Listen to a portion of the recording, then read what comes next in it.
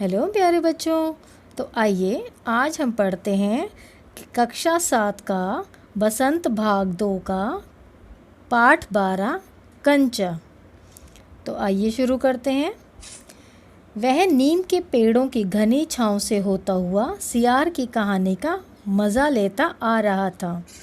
हिलते डुलते उसका बस्ता दोनों तरफ झूमता खनकता था। स्लेट कभी छोटी शीशी से टकराती तो कभी पेंसिलें से।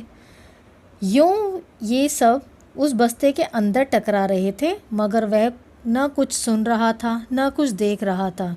उसका पूरा ध्यान कहानी पर केंद्रित था। कैसी मज़ेदार कहानी, कौवे और सियार की। सियार कौवे से बोला, प्यारे कौवे एक गाना गाओ, मैं तुम्हारा गाना सुनने के लिए तरस रहा हूँ। कोई ने गाने के लिए मुंह खोला तो रोटी का टुकड़ा ज़मीन पर गिर पड़ा। सियार उसे उठाकर 9 2 11 हो गया। वह ज़ोर से हंसा। बुद्धू कौआ। वह चलते चलते दुकान के सामने पहुंचा। वहां अलमारी में कांच के बड़े बड़े जार कतार में रखे थे। उनमें चॉकलेट, पिपरमेंट और बिस्कुट थे। उसकी नज़र उनमें से किसी पर नहीं पड़ी। क्यों देखे, उसके पिताजी उससे ये चीज़ें बराबर ला देते थे। फिर भी एक नए जार ने उसका ध्यान आकृष्ट किया। वह कंधे से लटकते बस्ते का फीता एक तरफ हटाकर उस जार के सामने खड़ा टुकुर टुकुर ताकता रहा। नया नया लाकर रखा गया है। उससे पहले उसने वह चीज़ यहाँ नहीं देखी है। पूरे जार में कंचे हैं, हरी लकीर वाले, बढ़िया सफ़ेद गोल कंचे, बड़े आंवले जैसे। कितने खूबसूरत हैं। अब तक ये कहाँ थे? शायद दुकान के अंदर। अब दुकानदार ने दिखाने के लिए बाहर रखा होगा। उसके देखते देखते जार बड़ा होने लगा। वह आसमान सा बड़ा हो गया तो वह भी उसके भीतर आ गया। वहाँ और कोई लड़का तो नहीं था, फिर भी उसे वही पसंद था। छोटी बहन के लिए हमेशा के लिए चले जाने के बाद वह अकेले ही खेलता था। वह कंचे चारों तरफ बिखेरता मज़े में खेलता रहा। तभी एक आवाज़ आई, लड़के तो उस जार को नीचे गिरा देगा। वह चौंक उठा। जार अब छोटा बनता जा रहा था। छोटे जार में हरी लकीर वाले सफ़ेद गोल कंचे, छोटे आंवले जैसे। सिर्फ 2 जने वहाँ हैं, वह और बूढ़ा दुकानदार। दुकानदार के चेहरे पर कुछ चिड़चिड़ाहट थी। मैंने कहा ना, जो चाहते हो वह मैं निकाल कर दूँ।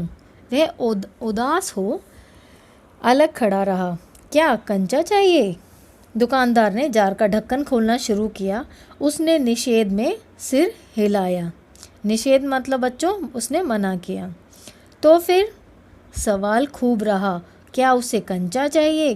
क्या चाहिए उसे खुद मालूम नहीं है। जो भी हो, उसने कंचे को छूकर देखा। जार को छूने पर कंचे का स्पर्श करने का एहसास हुआ। अगर वह चाहता तो कंचा ले सकता था। लिया होता तो स्कूल की घंटी सुनकर वह बस्ता थामे हुए दौड़ पड़ा। देर से पहुंचने वाले लड़कों को पीछे बैठना पड़ता है। उस दिन वही उस सबके बाद पहुंचा था, इसीलिए वह चुपचाप पीछे की बेंच पर बैठ गया। सब अपनी अपनी जगह पर हैं। रामन अगली बेंच पर है। वह रोज़ समय पर आता है। तीसरी बेंच के आखिर में मल्लिका के बाद अम्मू बैठी है। जॉर्ज दिखाई नहीं पड़ता। लड़कों के बीच जॉर्ज ही सबसे अच्छा कंचे का खिलाड़ी है। कितना भी बड़ा लड़का उसके साथ खेले, जॉर्ज से मात खाएगा। हारने पर यूं ही विदा नहीं हो सकता। हारे हुए को अपनी बंद मुट्ठी जमीन पर रखनी होगी, तब जॉर्ज कंचा चलाकर बंद मुट्ठी के जोड़ों की हड्डी तोड़ेगा। जॉर्ज क्यों नहीं आया? अरे हाँ, जॉर्ज को बुखार है ना। उसे रामन ने यह सूचना दी थी। उसने मल्लिका को सब बताया था। जॉर्ज का घर रामन के घर के रास्ते में पड़ता है। अप्पू कक्षा की तरफ ध्यान नहीं दे रहा है। मास्टर जी, उसने हड़बड़ी में पुस्तक खोलकर सामने रख ली। रेलगाड़ी का सबक था। रेलगाड़ी रेलगाड़ी, पृष्ठ 37। घर पर उसने यह पाठ पढ़ लिया है।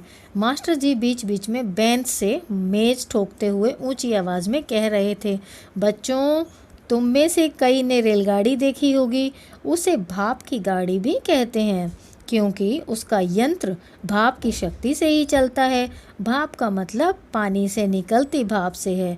तुम लोगों के घरों के चूल्हे में भी।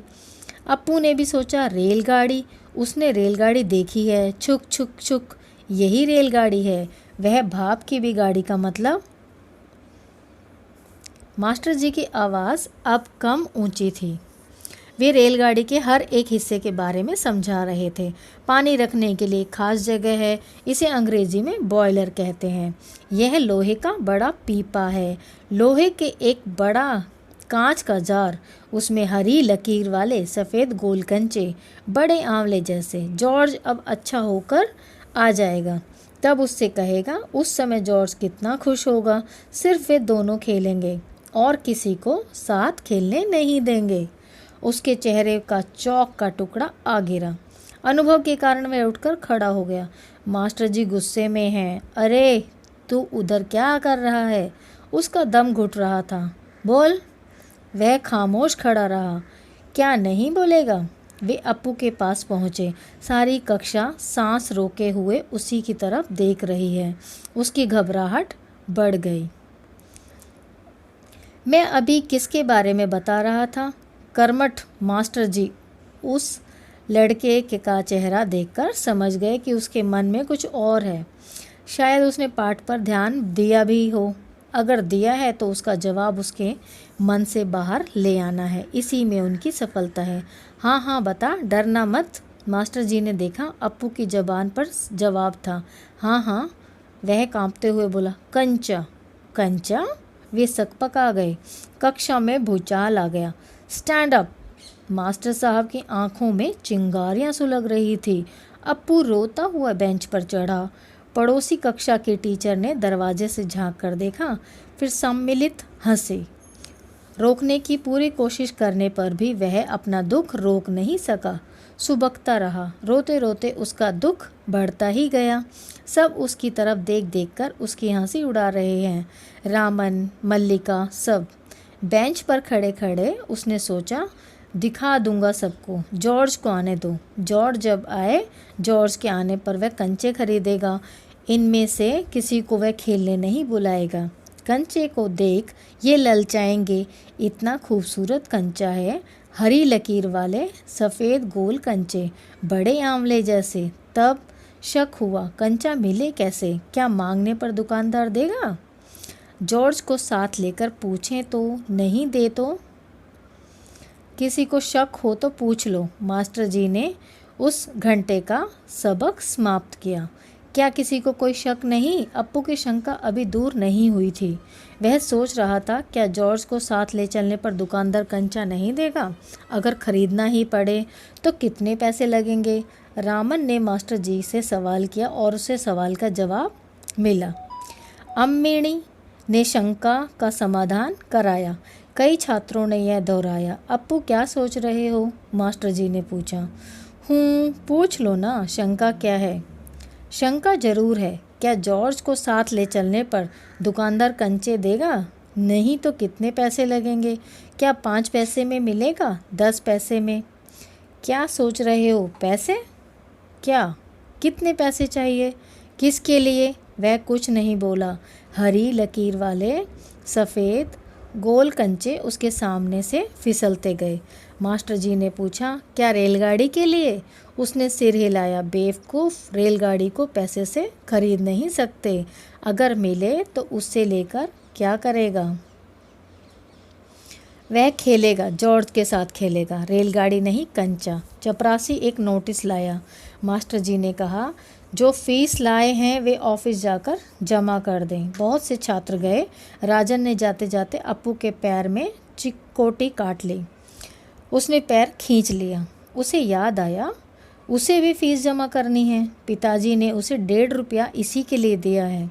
उसने अपनी जेब टटोल कर देखा। 1 रुपये का नोट और 50 पैसे का सिक्का। वह बेंच से उतरा।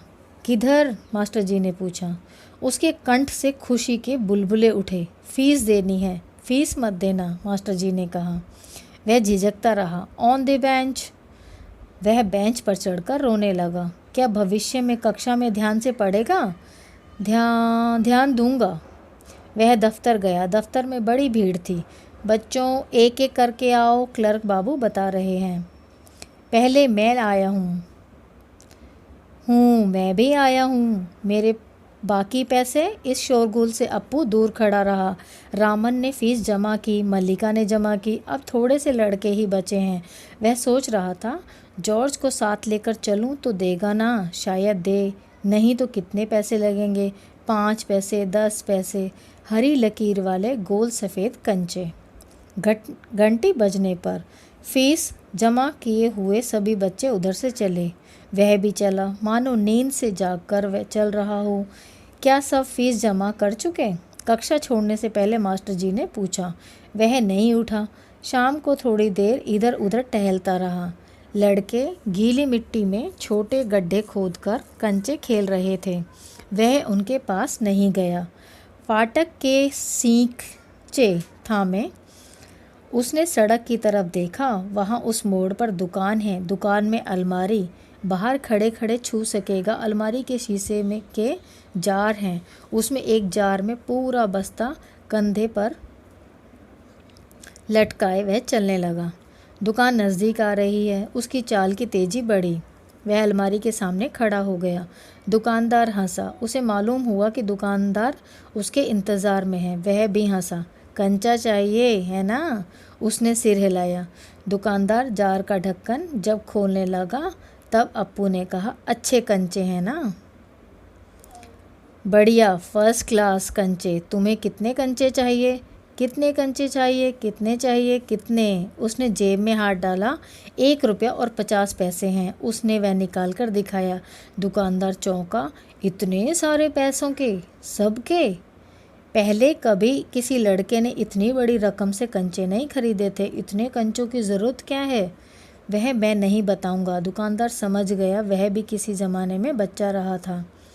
उसके साथी मिलकर खरीद रहे होंगे।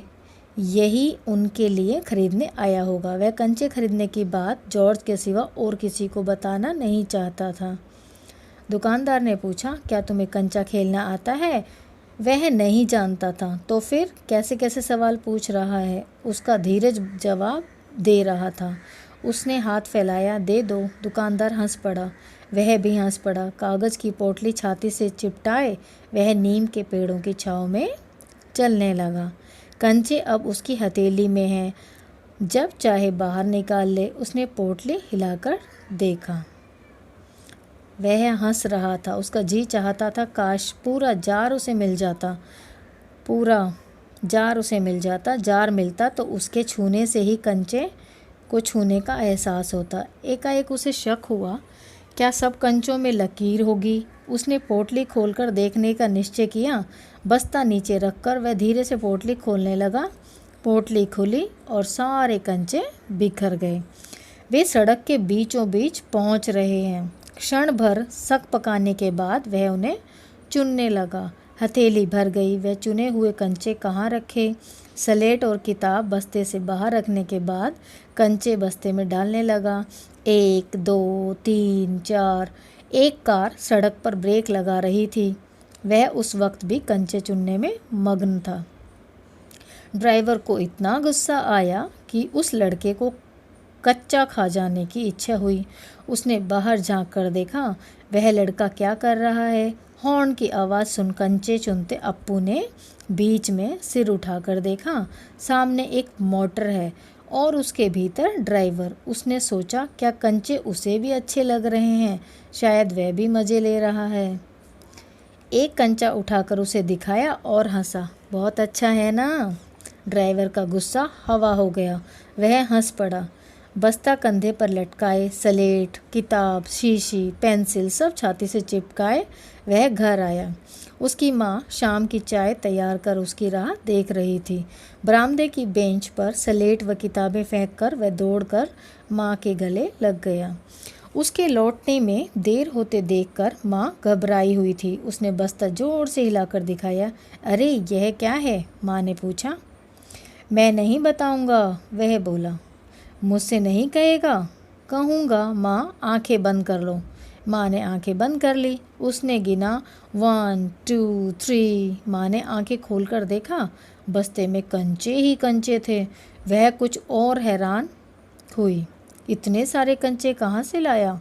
खरीदे हैं। पैसे? पिताजी की तस्वीर की ओर इशारा करते हुए उसने कहा, दोपहर को दिए थे ना। माँ ने दांतों तले उंगली दबाई। फीस के पैसे, इतने सारे कंचे काहे को लिए? आखिर खेलोगे किसके साथ? उस घर में सिर्फ वही है। उसके बाद एक मुन्नी हुई थी, उसकी छोटी बहन। मगर माँ की पलकें भीग गई। उसकी माँ रो रही है। अपू नहीं जान सका कि माँ क्यों रो रही है। क्या कंचा खरीदने से? ऐसा तो नहीं हो सकता। तो फिर? उसकी आंखों के सामने बूढ़ा दुकानदार और कार का ड्राइवर खड़े खड़े हंस रहे थे।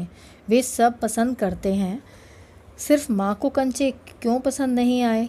शायद कंचे अच्छे नहीं हैं। बस्ते से आंवले जैसे कंचे निकालते हुए उसने कहा, बुरे कंचे हैं ना? है ना?